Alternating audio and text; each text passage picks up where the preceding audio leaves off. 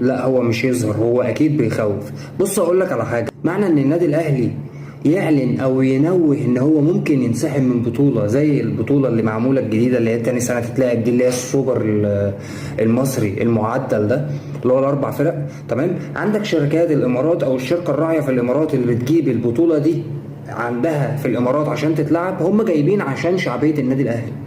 تمام، لما حبوا يزودوا شويه في المبيعات ويزودوا شويه في الدعايه والكلام ده، دخلوا نادي وقال لك نادي زي نادي الزمالك، لان هو ليه شعبيه طبعا في على مستوى الوطن العربي كله، شعبيه كبيره، شعبيه محترمه، فوجوده في البطوله يفرق في نسب الربح بتاعت البطوله. تمام، فعشان كده قال لك هو جاي بالكارت الذهبي. لكن تعالى اتكلم بقى على العنصر الاقوى اللي بسببه البطوله دي اتعملت هناك اصلا، وهو النادي الاهلي.